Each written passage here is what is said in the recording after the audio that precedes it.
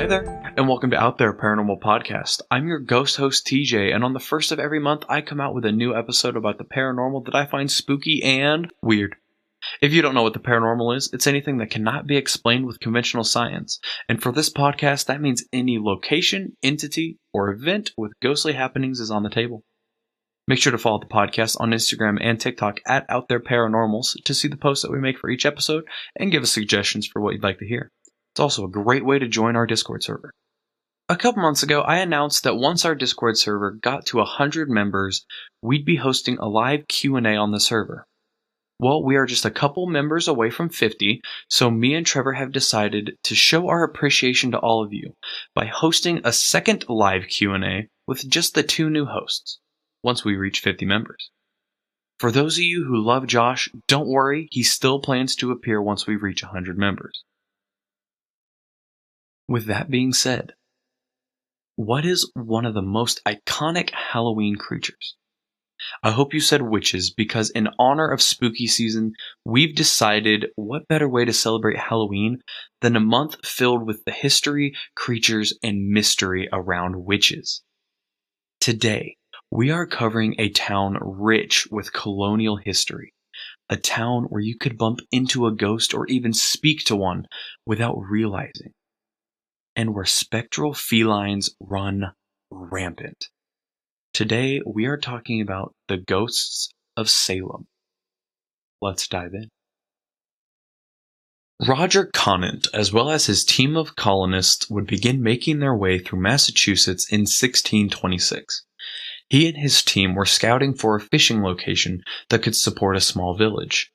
In autumn of 1626, they would stumble upon the perfect land, with the vast Atlantic for them to fish from and flat, fertile land to grow crops. It was their dream location. The years after Salem's founding were full of ups and downs. In 1627, many in England had heard of this new settlement and sought to claim it for themselves. They reached out to the Dorchester Company, and after much back and forth, bought the Dorchesters' patent to settle the land themselves. They would do this under the name New England Company. The New England Company would send John Edencott, his wife, and a handful of new colonists to the New Bay Colony.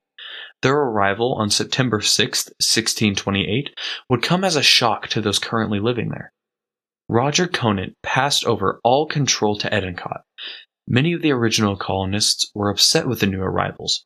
However, Edencott felt bad for them and understood where they were coming from.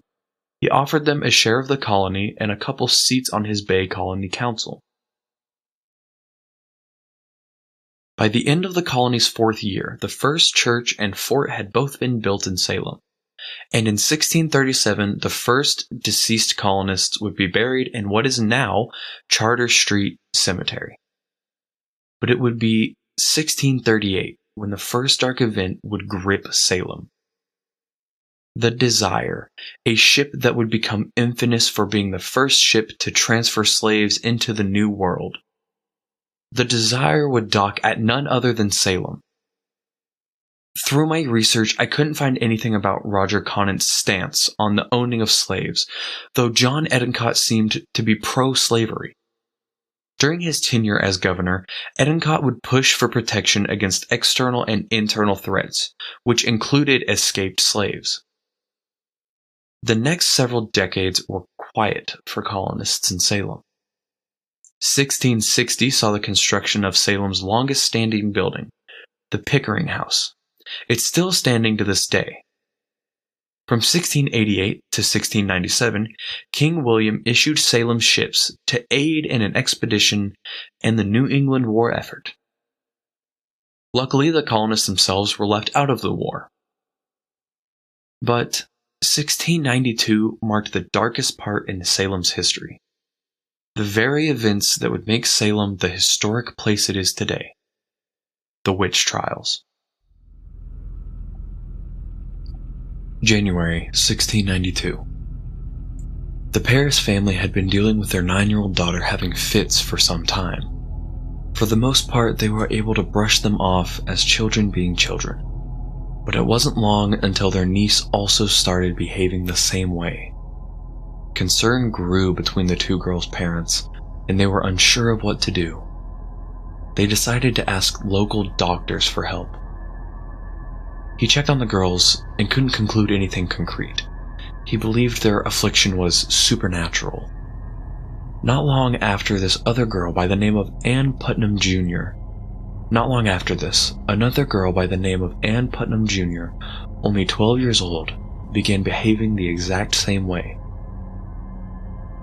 Come February, Jonathan Corwin and John Hawthorne had heard about the doctor's belief of supernatural forces at play and forced the girls to tell them where the evil had come from. The three little girls named three women: Tituba, a Paris's family slave; Sarah Good, a local beggar; and Sarah Osborne, an elderly woman. For days, the three women were questioned. By the end, both Osborne and Good had pleaded not guilty and were let go. Tituba, however, confessed. While being questioned, she said, quote, "The devil came to me and bid me serve him." End quote. This, in of itself, would have been the end of it. But it was what she said next that lit a fire under Salem. She talked of a man with white hair who asked her to sign his book. She admitted to doing so and told magistrates that others had also signed the book and become witches as well, seeking to destroy those who were pure. Like a wildfire, panic and fear spread across the Bay Colony. Over the months of March and April, many were accused of being witches, including the colony's deputy governor Thomas Danforth. However, nothing would come from these few accusations. On May 27, 1692, Governor William Phips established the Special Court of Oyer and Terminer to hear and to decide. Bridget Bishop, a woman known for being promiscuous and spreading rumors, was the first to be tried by the court under the accusation of being a witch. Like Tituba, she was deemed guilty and on June 10th would become the first person hanged for being a witch. Before and during the trials, there were 61 who were deemed afflicted or had the same fits as the three little girls. Soon after the court was founded, Minister Cotton Mather reached out to those in charge, asking them not to use spectral evidence in their prosecutions. The court didn't listen. That July, 5 more women would be hanged in the gallows.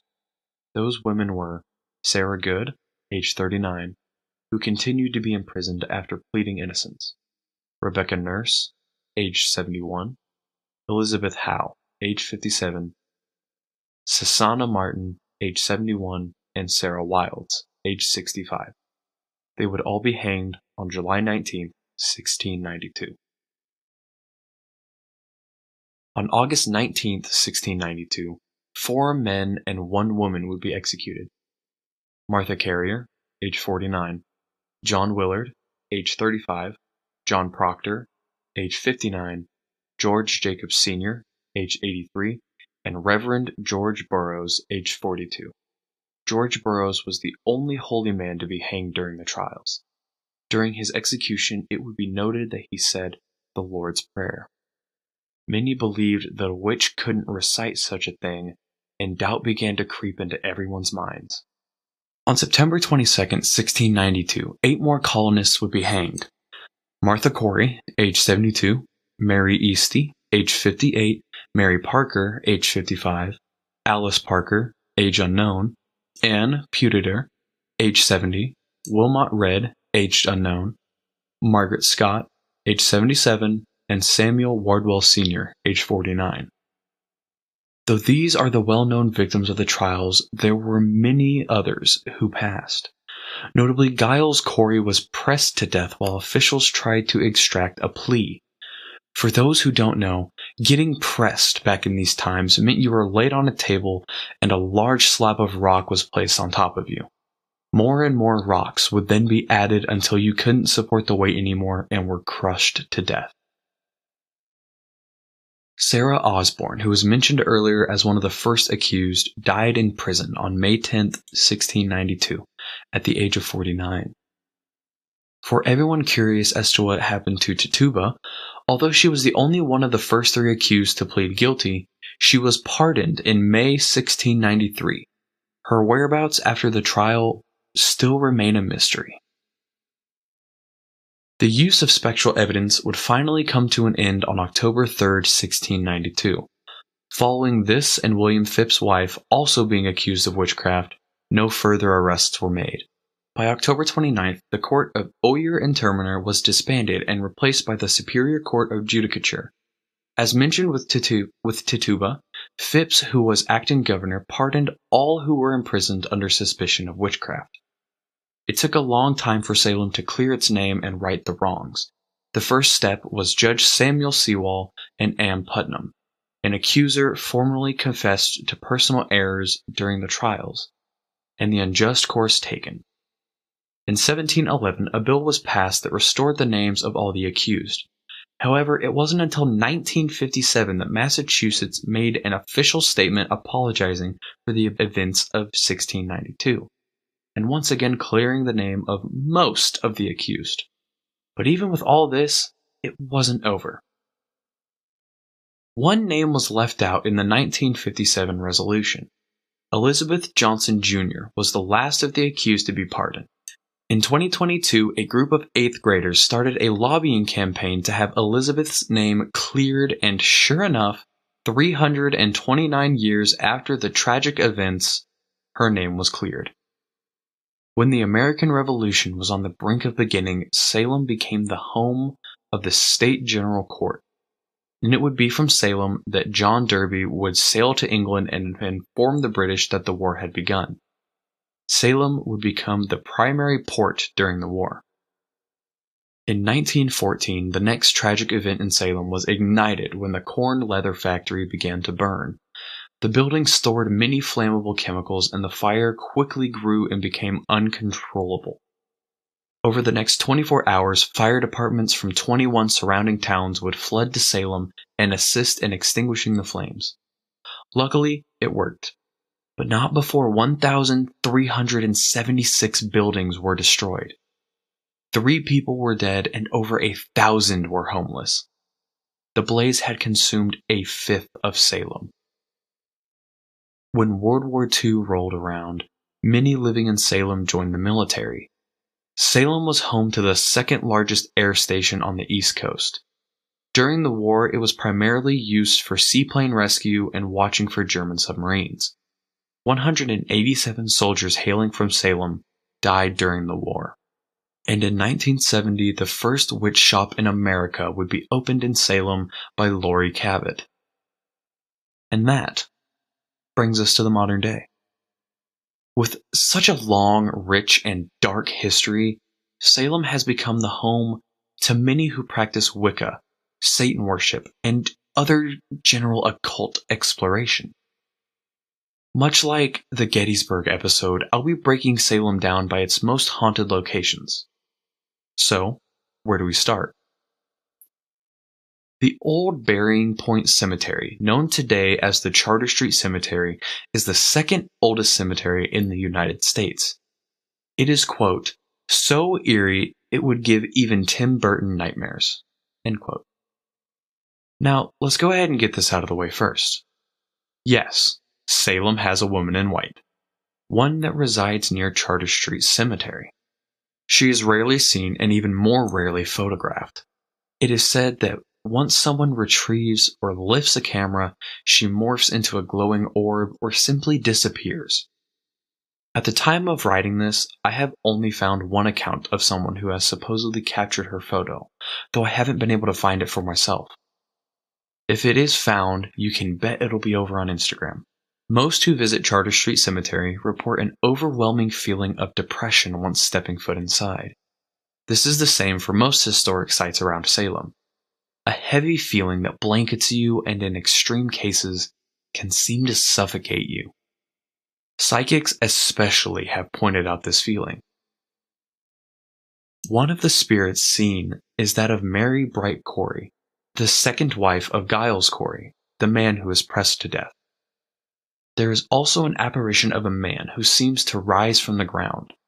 One man saw a well-dressed man with mutton chops rise out of the ground and managed to capture a picture. Two young thrill-seekers saw the same apparitions when they traveled the cemetery at night. They said he rose from in front of a gravestone.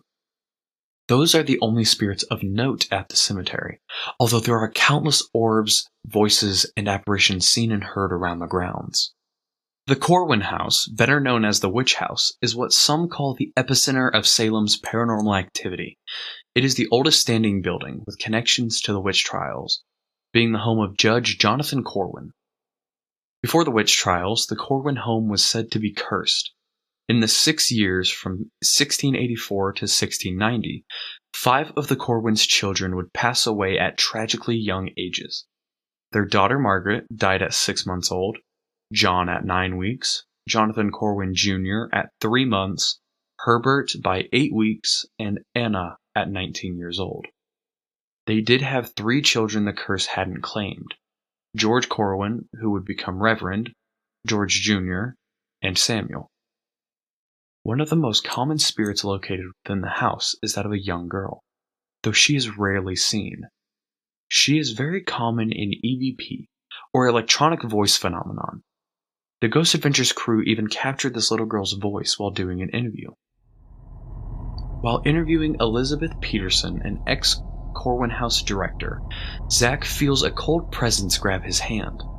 At this exact same moment, Nick notifies him that his audio just cut out and that his mic has stopped working. After fixing the mic, Zach decides to have a live playback EVP session. He asks a couple questions and gives any nearby spirits some response time. Once Zach plays back the recording, everyone, including Elizabeth, hears what sounds like a child speaking. The words are unclear, but it's very apparent that Elizabeth becomes uncomfortable. Most theories state that the young girl that is often heard is one of Jonathan Corwin's children that passed away at the time of the curse. Later in the episode, Zach brings in a witch and a warlock and has them perform a ritual.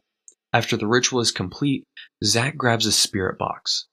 A spirit box, for those who don't know, is a device that is able to scan 4 radio frequencies a second. This provides spirits with white noise to speak through and a variety of frequencies that their voices can travel across. Once Zach starts the spirit box session, he begins getting many answers to his questions. He eventually asks the spirits, "How did you die?" He then gets the response, "Hanged." He follows up the answer with, "The person that just said you were hanged, what is your name?" And in response they hear, "Bridget." Zach then immediately asks, "Bridget, what is your last name?" The spirit box then replies, "Bishop." As mentioned earlier, Bridget Bishop was one of the first accused to be hung, meaning she would be Jonathan Corwin's first victim, which is perhaps why she occasionally can be found at the Corwin house. Though where she normally resides is the Lyceum, a restaurant built on land that she used to own. Visitors and those who've done overnight construction on the building have reported seeing a ghostly woman around the stairs to the 2nd floor. A handful of contractors even reported having boxes thrown down at them from the top of the stairs. Many parties and gatherings are held at the Lyceum. On many occasions, especially during weddings, dark entities can be seen in photos, sitting with guests or even traversing the crowd. The Atlantic Paranormal Society, more popularly known as TAPS, once received a message from the Lyceum in a rather strange way. While trying to communicate with Bridget and other spirits, they heard a noise from a nearby register. When they investigated, they found that the register had printed a receipt. It had the words, "Good morning." When asked about it, the manager said the register shouldn't have been able to print that phrase on its own. Gallows Hill was the spot many said to be the site of the 1692 hangings. This has been proven to be false. However, many strange things occur there. Full-body apparitions are occasionally seen, but the truly disturbing event is the disembodied voices and screams that come from inside the woods. Those who live near Gallows Hill have reported being awoken by screams from the woods, as well as thumping wood and loud crying. Some who walk along its paths will hear mysterious voices talking behind the trees, occasionally to each other. In 1992, a large group of people gathered on Gallows Hill and chanted, "The curse over Salem with witchcraft is broken." They all proceeded to lay their hands on the Salem water tower and give it a form of spiritual healing. This, however, didn't seem to work, as the Hawthorne Hotel seems to still be a hotbed for paranormal activity. Literally. 6 separate fires have occurred at the Hawthorne, on some occasions causing extensive damage, and others, none at all. The Hawthorne is home to a wide range of paranormal happenings. The large ship wheel that adorns the Salem Marine Society walls will move and turn on its own. Items that are normally locked up will be found scattered across the top floor of the hotel. These two happenings are often believed to be caused by late sailors, as the moved items are all charts and maps. More unexplainable occurrences can be found in rooms 328 and 612.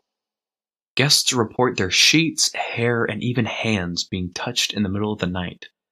612 is especially creepy, as every so often a translucent woman can be seen walking around the room and looking at herself in the mirror. However, it's not just those rooms that seem to be haunted. At any moment in any room, faucets will turn on, toilets will flush by themselves, and disembodied voices can be heard. One mother found her son cowering alone at night. He'd said he was scared because he heard another boy crying. Our next location needs some context. Bunghole Liquors today is a well-known bar within Salem. During the Prohibition, it operated as a funeral home. However, the owner at the time realized how easy it would be to discreetly sell liquor. He turned the basement of the funeral home into a speakeasy. The owner, and those he entrusted the secret to, would meet in the basement room that doubled as the embalming parlor, where they would enjoy their booze amongst the dead. Bunghole Liquors isn't haunted by the victims of the trials. Rather, it's those whose bodies were held within its walls, and even a ghost cat. Managers at the building have found glowing orbs while checking the basement's cameras. Ghostly women are also very common. Women will be seen entering the bar, but once inside, no one can find them. One worker apologized after bumping into a woman, only to realize she instantly vanished. Many who have entered Bunghole Liquors have reported having a cat brush against them, but when they notify employees, no cat can ever be found. This phenomenon is actually very common around Salem. Locals understand that many of the spirits around Salem are actually feline. Anywhere you go around town, a dark cat could cross your path, and it could very well be a ghost. These ghostly cats have been captured in photographs and are so common, most locals don't think twice when they feel a cat rub against them. Nearly every property in Salem is haunted. We would be here all day if I were to cover each place. But, much like Gettysburg, there's just too much for one episode. However, we aren't closing this episode without some more spooky stories. 2 years ago, user Scotty Lang posted a video to r/ghosts and had this to say. I took this in October 2021 while visiting Salem, Massachusetts. The small group I was with was attempting to find the actual hill that the accused were executed on. While I'm not sure if we found the actual location, we ended up at a park that some had claimed to be near the location. While trekking up one of the steepest sidewalks I've ever seen, once near the top, we noticed a lone swing, swinging on its own. The swing continued to go at the same momentum after I stopped recording. Note that the other swing was not moving. There was also a swing set across from this swing that also had 2 swings that were not moving. What are your thoughts? This video is available over on our Instagram, and it is very interesting. Just as the user said, the other visible swing isn't moving. Could someone have pushed the swing before they hit record? Sure. But it's more fun to ask yourself, What if they didn't? User GoldStable7109 managed to get some strange Polaroid photos while visiting Salem. Took a tour of Salem, Massachusetts last night and got some really odd photos and videos. The weirdest thing was the 5 Polaroid photos I took. They were just taken with my Instax, but it's a camera I've used many times, yesterday, both before and after the tour. The first photo was taken of the City Hall, and it came out 100% black, not even a single spot of light. I instantly tested my camera out by taking a photo of my boyfriend, which developed perfectly. Another photo I took came out almost fully black, but had a few green spots, potentially orbs. The photo with the 2 yellow dots was supposed to be a photo of the upstairs of the buildings that had been converted into a pub. It was supposedly the most haunted building. Those dots aren't relevant. I unfortunately didn't see that they were still in the photo. But neither is the entire building. The photo I took that came out the most odd was the one below that looks as though there's a flame in the photo. I believe that photo was taken at one of the old Corwin houses. I haven't gotten through all the photos on my phone yet, but a few of them have disappeared, which the guide had experienced before. I also captured a video that cannot be denied as being orbs. The only reason I began filming was due to seeing them with my own eyes, so I can promise they are not dust or anything of the like. They were captured in the cemetery, where there is nearly no lighting.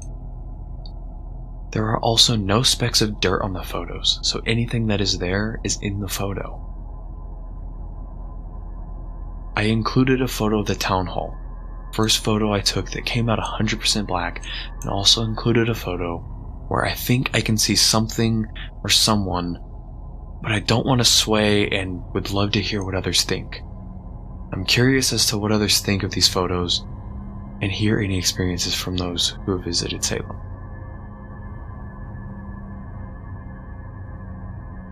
Some of these photos will be available over on our Instagram, but be sure to check out the user's original post to see all of them. Spirits have been known to manipulate electronic devices. In our Robert the Doll episode, we discussed how many who take pictures of Robert without asking for permission often find their photos deleted with no explanation and no way to retrieve them. Our last story comes from user Baked Satan, who gives us an insight to their stay at the Hawthorne Hotel. I'll start off by saying I'm open-minded, but fairly skeptical, and was just wondering if anyone experienced anything similar or has an explanation. This happened years ago, but was recently on my mind again. I have 2 main experiences from staying 2 nights in the Hawthorne Hotel in Salem, Massachusetts. I was with my then girlfriend, now wife, at the time of all incidents. The first thing that kept happening to us was the water in the bathroom would sporadically turn itself on. We would be lying in bed or just coming back into our room from the bar downstairs, and the shower or sink would be on full blast. The knobs on everything had to be physically turned to shut it all off, and it had us scratching our heads, to say the least. It ended up freaking my wife out so much that when it happened throughout the night, she woke me up to turn it off. The other weird thing that happened to us was during the second night as we were trying to get back to our room. We took the elevator. We definitely pushed our correct floor number, but for some reason the elevator went down instead of up, and took us to what I have to believe was the basement. The doors opened up, and it was a fairly dirty looking floor, short hallway, and a single door with a circular window on it. Not a single light was turned on in the hallway either. We were both freaked out at this point, but curiosity got the better of us, and we decided to leave and look through the window. What we saw inside was really old looking furniture and chairs. It was all so dusty and dirty. My wife jumped and said she saw a shadow move. It freaked us out enough to run back to the elevator and spam our floor number again. Thankfully, this time it brought us to the correct floor. I don't really believe in many paranormal things, but I don't really have an explanation for what we experienced in that hotel.